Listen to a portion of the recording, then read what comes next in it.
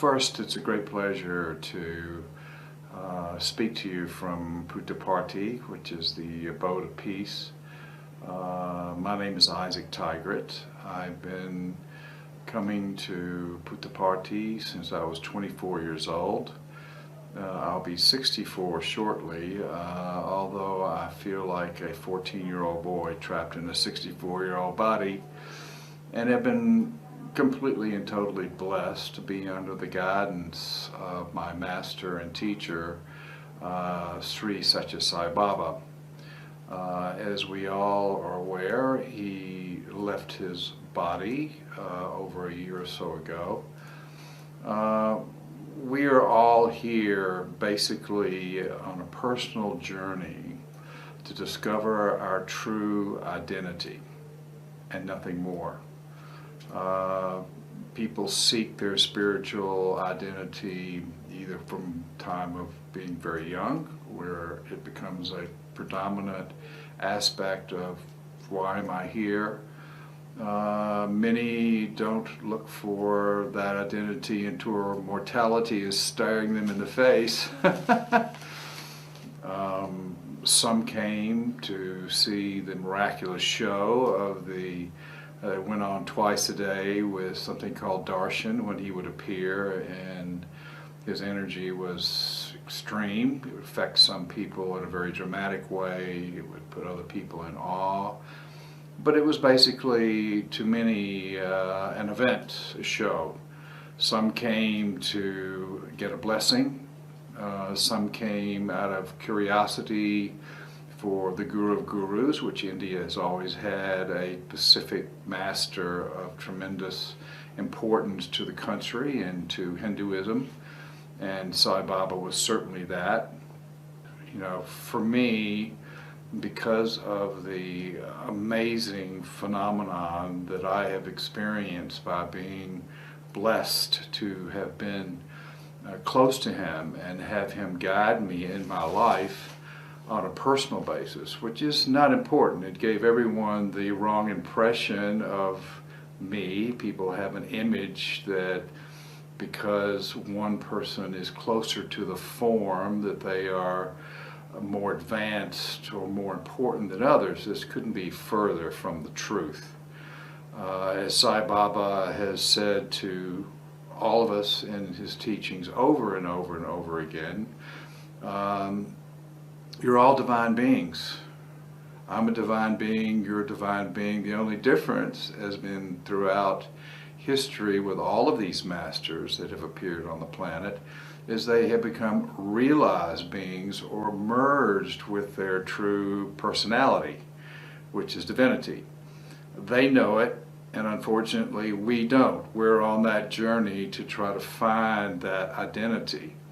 So being close to the form is totally irrelevant and gives people the wrong impression of the people that were blessed to be close. No one knows why. He had one person perhaps closer than another, but it meant nothing to him. You know, he was not here, I can assure you, to build hospitals, to build ashrams, to do water projects, to create a huge organization. These were all basically movie sets in which people were brought together to learn, but in particularly to experience the only thing that he was interested in, which was your personal transformation.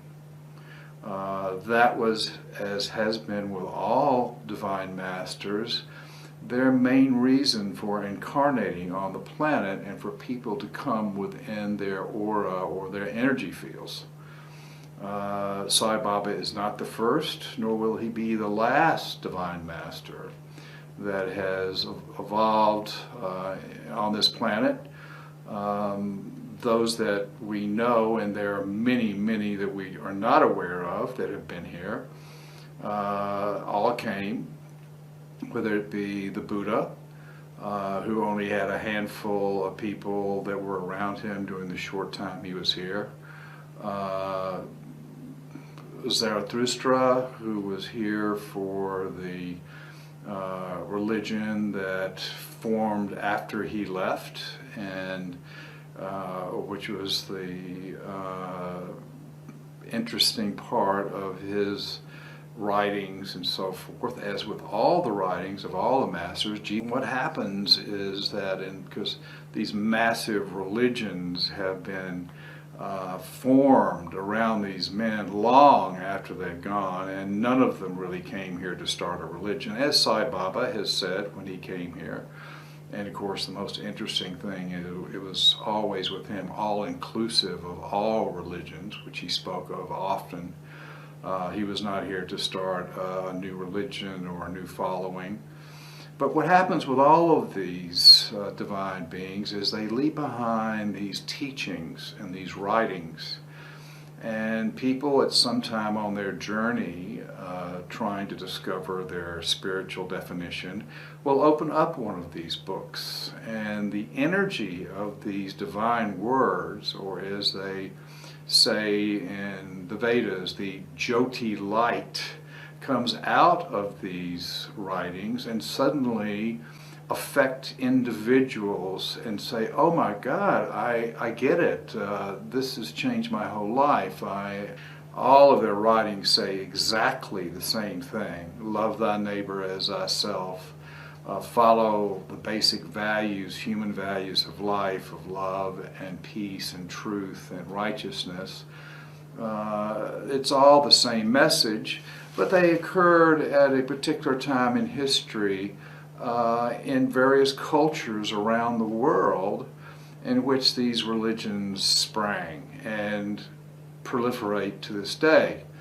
It's so funny though, because in the organizational sense of religions, including the organization that has been left behind by Sai Baba and created around him, him being the first, I can only say, international master to arrive because of the proliferation of broadcasting, the internet, instead of these other masters who had only handfuls of people.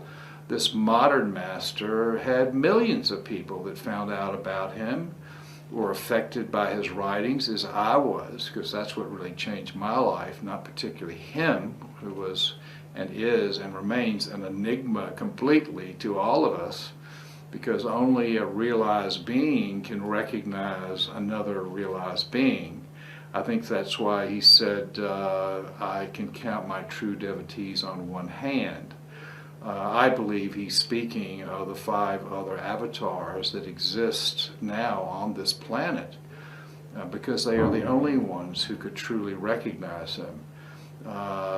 There's various theories of who these masters may or may not be.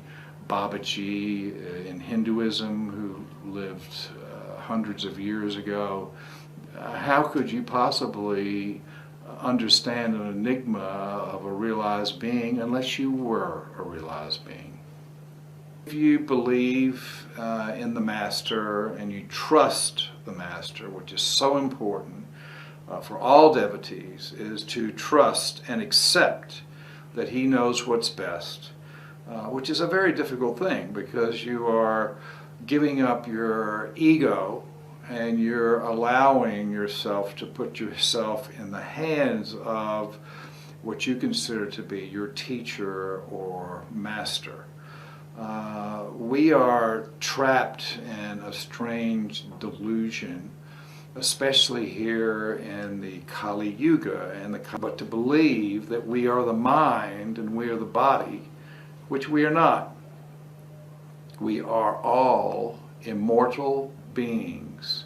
We are the light body. That which has never been born can never die, and that's what you are. Your light body, which is your divine aspect, it cannot be harmed, it can't be hurt, it can't be damaged, it can't be soiled. And that is the journey to understanding your true identity as the light body. Right now, we are in this darkest hour, which is always before the dawn, and the world has gone mad.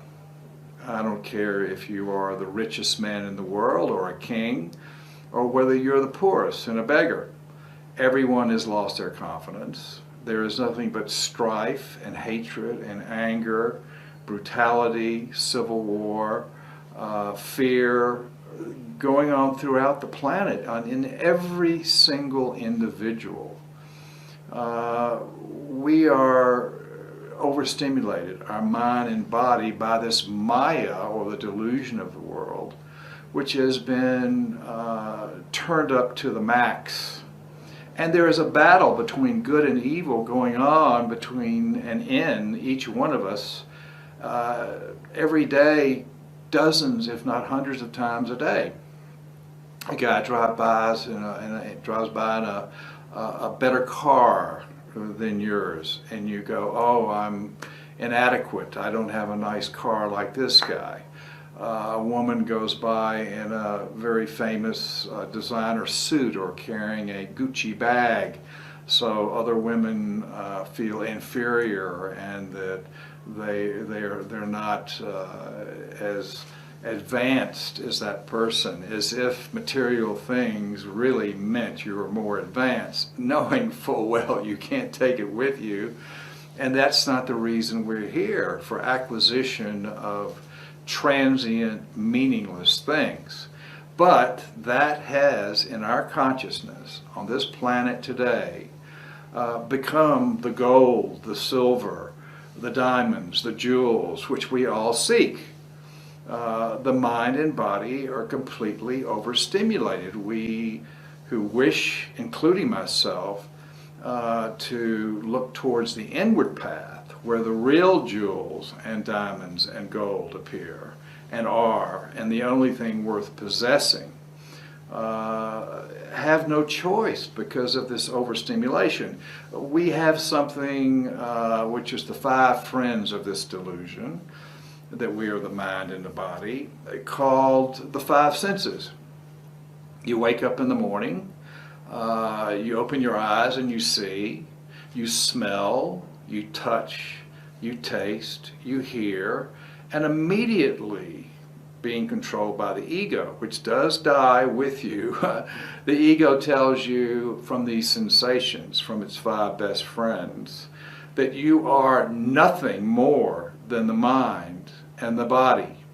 And you then spend the rest of the day in delusion and recognizing everyone else not as a divine being equal to your own divinity, but as something that's either superior or inferior to you. It's a strange time, this dark hour. We actually worship the differences between ourselves. I'm a rich man, I'm better than a poor man. I'm an American, I'm better than a Mexican or a Canadian. I am a healthy person, I'm better than one that's not healthy, and so on and so forth.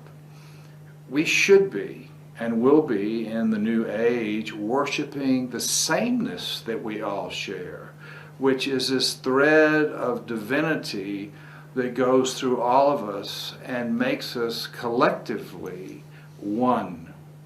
All is one of the expressions that Sai Baba gave.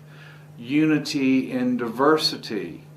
These were wonderful bylines and clues to really what's going on, which people are truly not interested in because the Maya is so powerful now that it's impossible to do anything but be in a serious state of judgment with yourself and everyone around you. But this is the way it's supposed to be right now. The world has gone mad. There's hatred, anger, fear, all of these horrific and amplified feelings, which is perfectly correct for this moment, because the karma, or this energy that is now pervading the consciousness of the entire planet, must come out. Whenever I spoke, which Swami's only allowed me to speak a couple of times, we talked about it, and he would always say, focus on the young ones. They are the future. They are the ones who are wide open, like sponges, absorbing and needing to know the answers to questions which an older generation don't have, and have become solidified in ancient thought and are actually impossible to change. Older folk need to unlearn before they can relearn, which is a very difficult task and very frightening to them. Whereas the young ones are completely open, ready to absorb, ready to learn, ready to re-identify with life and its meaning, because the world that the older folk have created is not giving them the answers which they want. In my earlier generation, there were thousands of bombers ready to destroy the entire world with a nuclear annihilation, and every day at school we would have sirens go off and do a drill to hide in basements because the world was coming to an end. Everybody was building fallout shelters. There was no doubt that nuclear annihilation was imminent. It's very interesting because that's when the peace and love generation began in the 60s, and this was very much a part of why. If you were to do studies from kindergarten on up as to what young people were afraid of, it would have been nuclear, and was nuclear annihilation. It was in the papers, it was all over, it's what everyone talked about, it was, it was real, and there was this Cold War. I and many of my generation were absolutely disenchanted with the way evolution had happened socially for so long. You're a young person, you're at 16 to 21, 22, you are fearless. The world is your oyster. You put on a backpack and go anywhere in the world you wanted. You were open to all new ideas. You had the energy. You weren't focused narrowly on anything. Then suddenly, at 25 or so, you got a job. And the next thing you know, you were working in a very strange political environment of a corporation. And you began to contract because to be part of a corporation, you have to brown nose the boss. You have to act in a way in which you are viewed as an important asset, and you will steal other people's ideas or hide when the axe comes out to cut a few people away. Next thing you know, you have a car and car payments. And then you have a wife who you're responsible to, and a family, and a mortgage on your house. You will do anything that's necessary to maintain this lifestyle. And in the process of being really in fear of losing this lifestyle, your world contracts, and the freedom and the amazing sense of the world belongs to you, which it does, leaves you. And by the time you're 30, you have joined the old boy network.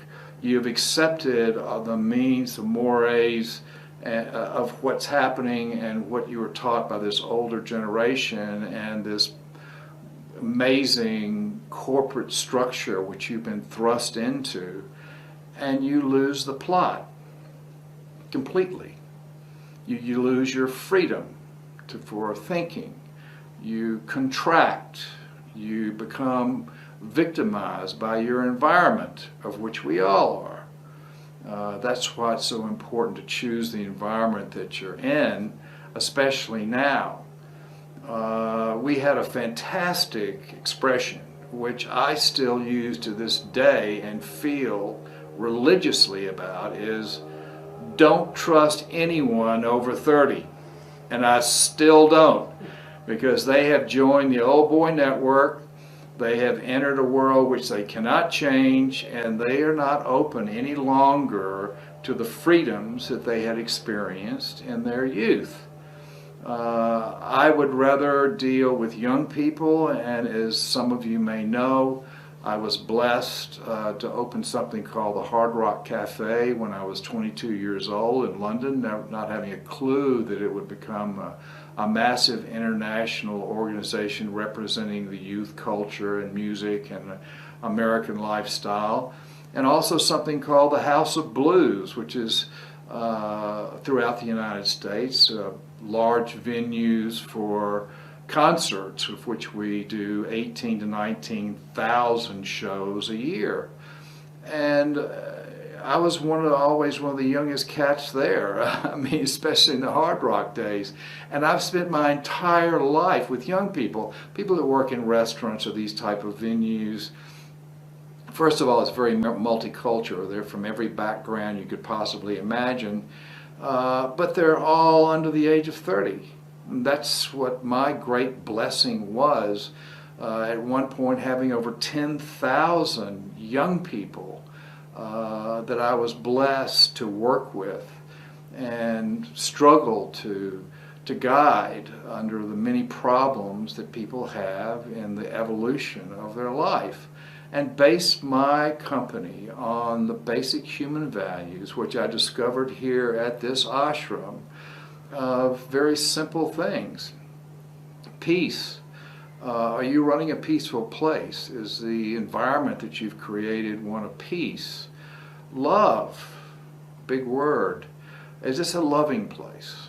Is this a place where there is a positive vibration of mutual respect and care for each other, and everyone has a common voice? Righteousness. Righteousness means doing the right thing. Is everybody doing the right thing, or are people picking up some of these negative values and lying and cheating and making decisions according to what's best for them or best for the collective? Satya, truth. Are people telling the truth? Is the whole place based on honesty? Or is it based on a delusion of various mores which actually have no depth whatsoever? So these 5 basic values, including nonviolence, and nonviolence just doesn't mean physical nonviolence, it means mental nonviolence. The most powerful thing which you can do on this planet is not physical, it's mental. Hatred. You can bring bad vibrations into anyone's neighborhood simply by sending hate to them, or lust, or anger. So that's why this and many, many other masters have said, watch your thoughts. It's the most powerful thing you can do. And we do it without thinking. Jealousy, envy. I mean, I'm the bait for evil. I've been watching this all day long, thankfully protected by my master, and in the process being reminded that I too am on a constant journey of remembering that these things must not seep into my life, and that I must forgive myself primarily first, because it's important, because then the next step is the forgiveness of others. Many of you young people have been pushed around by the organization of the religion. To me, religion is nothing more than a corporation that doesn't pay taxes. Spirituality is our own individual journey that we are all on to the same place. I wish you all a happy journey, an educational journey, and one in which you can learn to forgive yourself and others and be an addition to the family of man. God bless you all, and Sairam. It's very noted in all his biographies, his last biography.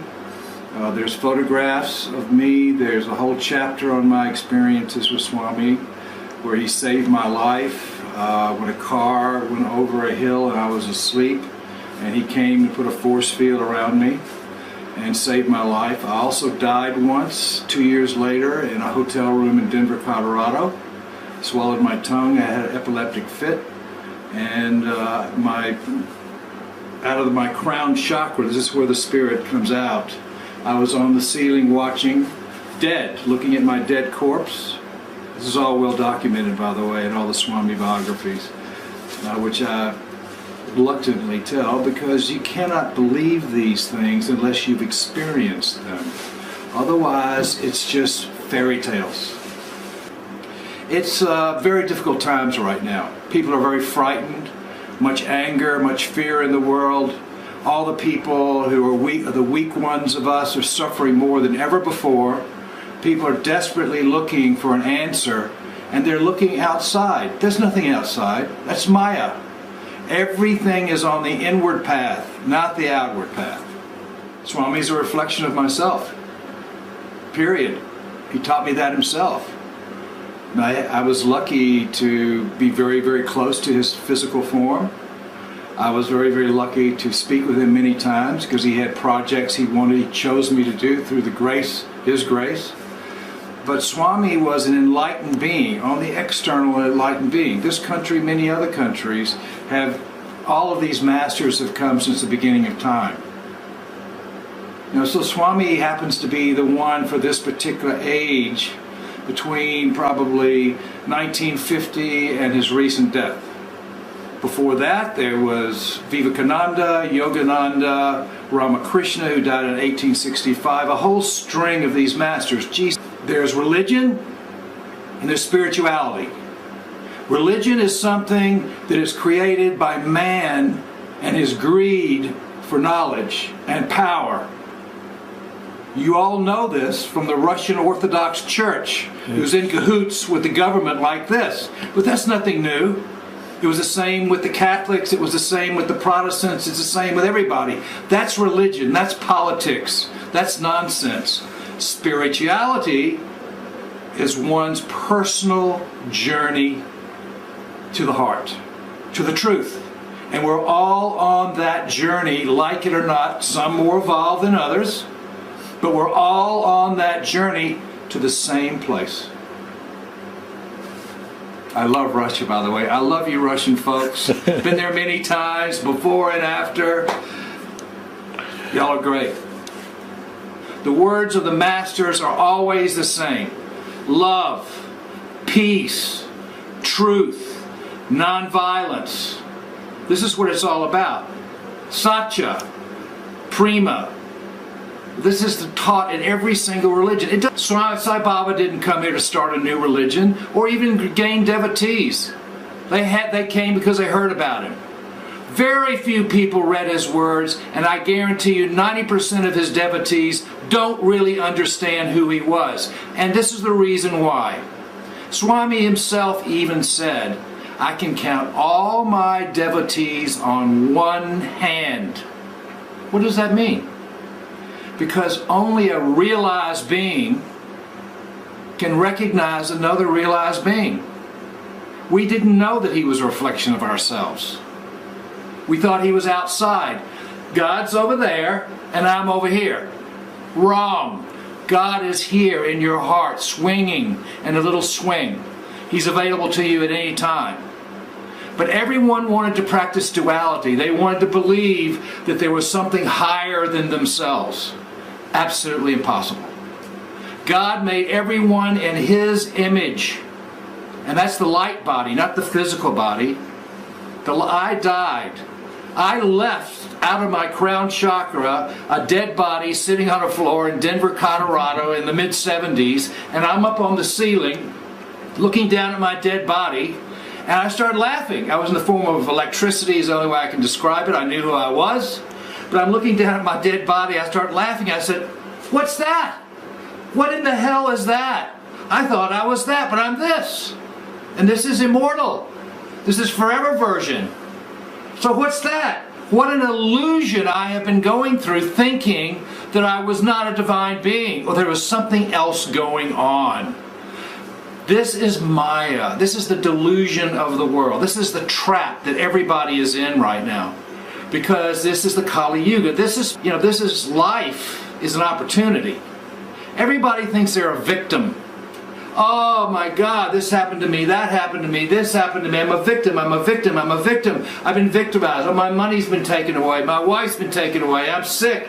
This man cheated me. This is horrible. This. Everybody thinks they're a victim. The point being is, you're not a victim. You know, you're not a victim. Just like the first law of physics, for every action, there's an equal reaction. You are making your future now by what you're doing.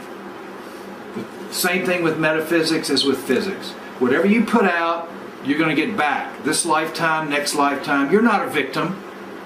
Only the hand that writes the script of your life, you, can erase it.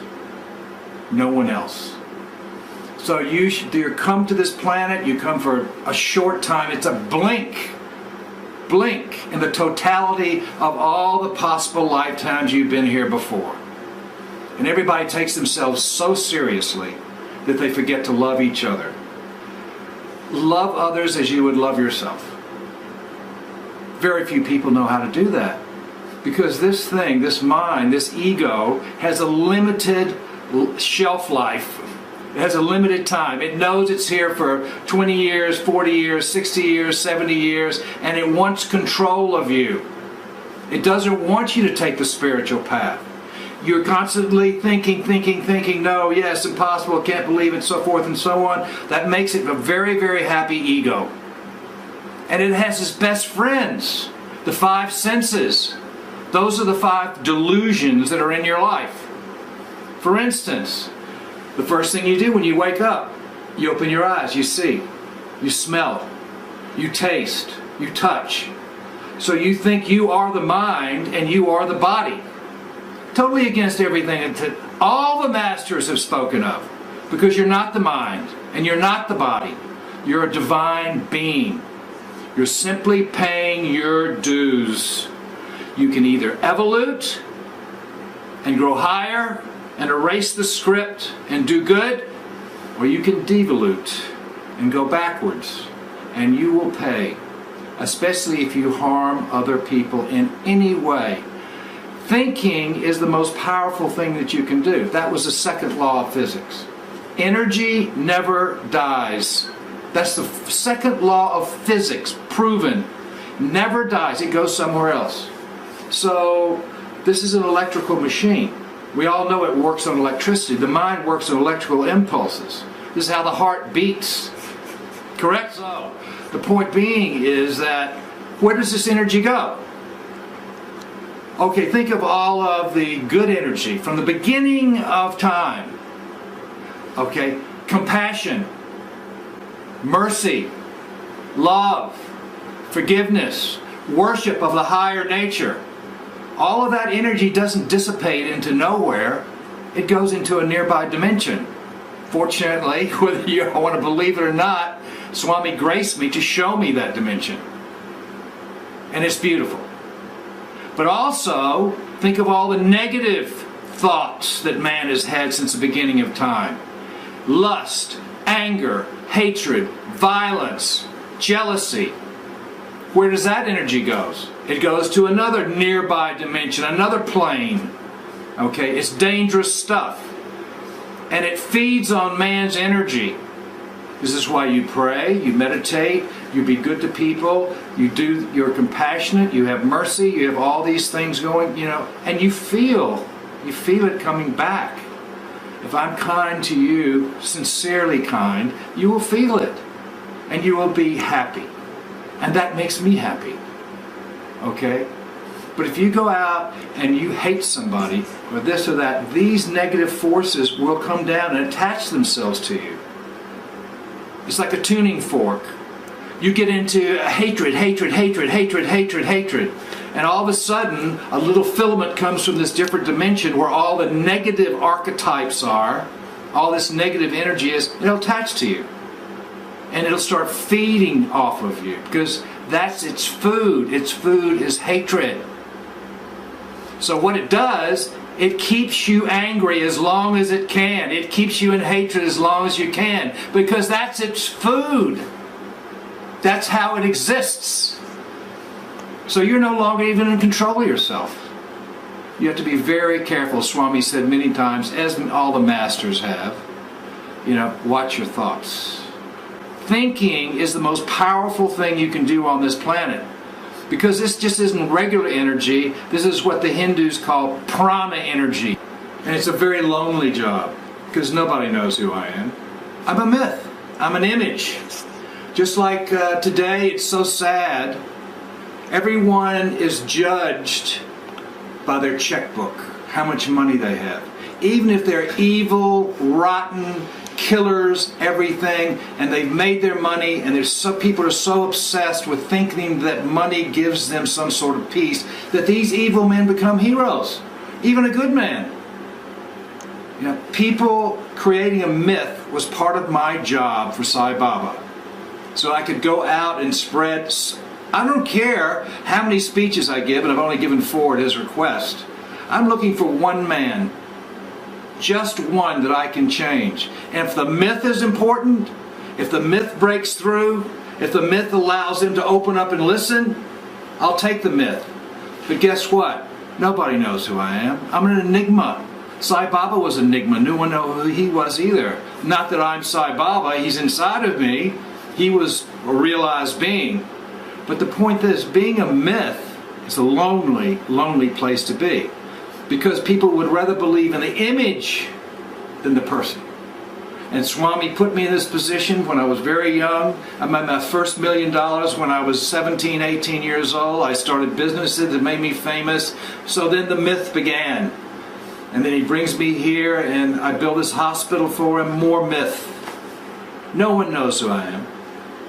They don't. They just know the myth. I'm a warrior. I'm a different type of man than you can imagine. I'm no myth when it comes down to what I will do for what I believe, which he gave me, and he trusted me to forgive everybody. The true path, this is very, very important, the true path to love, real love, not human love. Human love is this grasping, holding, contracting, selfish nonsense.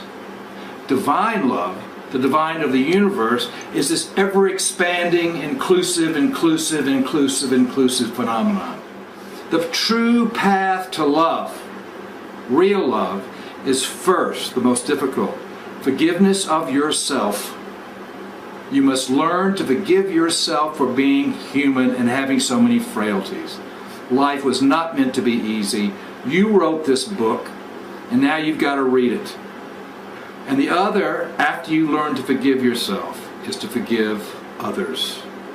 If you learn to forgive yourself and forgive others, you are on the path of true love. God's first law is he will not interfere with man's free will. He will not make you do this and tell you to do this and do all this stuff. You can do anything you want. Be bad, be good, be this, be that. It's your own manufacture. But if you want him to come into your life and help you, you have to call him.